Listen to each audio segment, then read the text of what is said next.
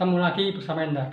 Kali ini saya akan bicara tentang epilepsi antara tenaga dalam, Alkitab, dan medis. Pada tahun 1992, saya melihat dua orang anak SD, murid teman saya. Mereka beradu ilmu tenaga dalam yang diajarkan oleh teman saya.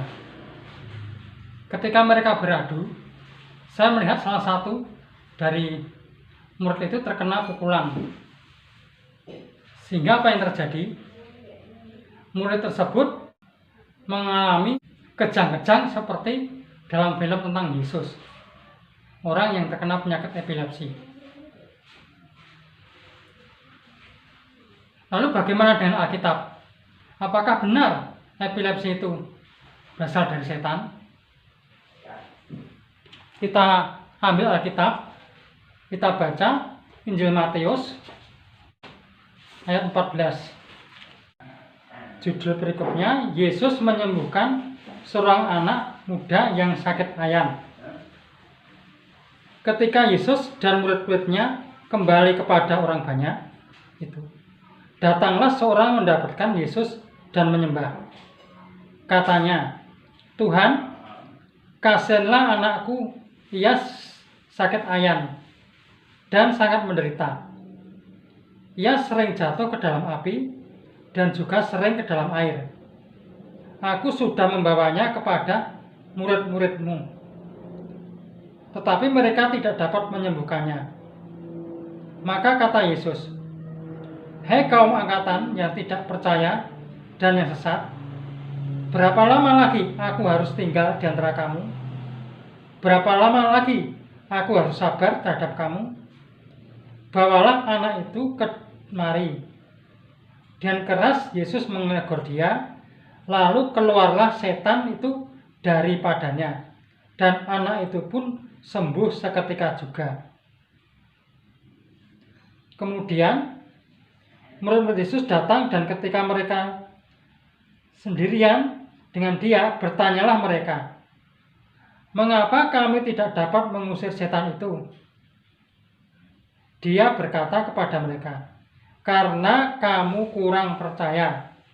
Sebab aku berkata kepadamu, sesungguhnya sekiranya kamu punya iman sebesar biji sawi saja, kamu dapat berkata-kata kepada gunung ini, pindahlah dari tempat ini ke sana. Maka gunung ini akan pindah, tak akan ada yang mustahil bagimu." Jenis ini tidak dapat diusir kecuali dengan berdoa dan berpuasa. Lalu siapa yang bisa mengusir setan setelah Yesus? Apakah murid-murid sekarang, yaitu orang-orang Kristen, bisa mengusir setan? Kita buka Injil Markus bab 16. Tanda-tanda ini akan menyertai orang yang percaya. Mereka akan mengusir setan-setan demi namaku. Mereka akan berbicara dalam bahasa-bahasa yang baru bagi mereka. Jadi, mereka yang sudah dibaptis menjadi murid Kristus bisa mengusir setan dalam namanya. Tetapi khusus untuk penyakit ayan, setan itu baru bisa diusir kalau berpuasa. Lalu bagaimana dengan medis? Ternyata menurut medis, penyakit ayan itu disebabkan oleh gangguan saraf otak dan tidak bisa disembuhkan sekalipun dioperasi. Makanya orang yang kena penyakit ayan itu akan tergantung pada obat seumur hidup, yaitu obat penenang.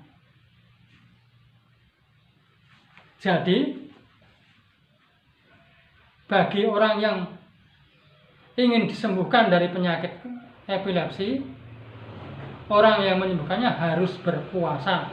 Dan orang yang disembuhkan harus percaya sepenuh hati. Tanpa itu tidak akan bisa sembuh. Karena yang membuat sakit adalah setan. Apakah Anda ingin sembuh dari penyakit epilepsi? Jika ingin sembuh, yakin dan percayalah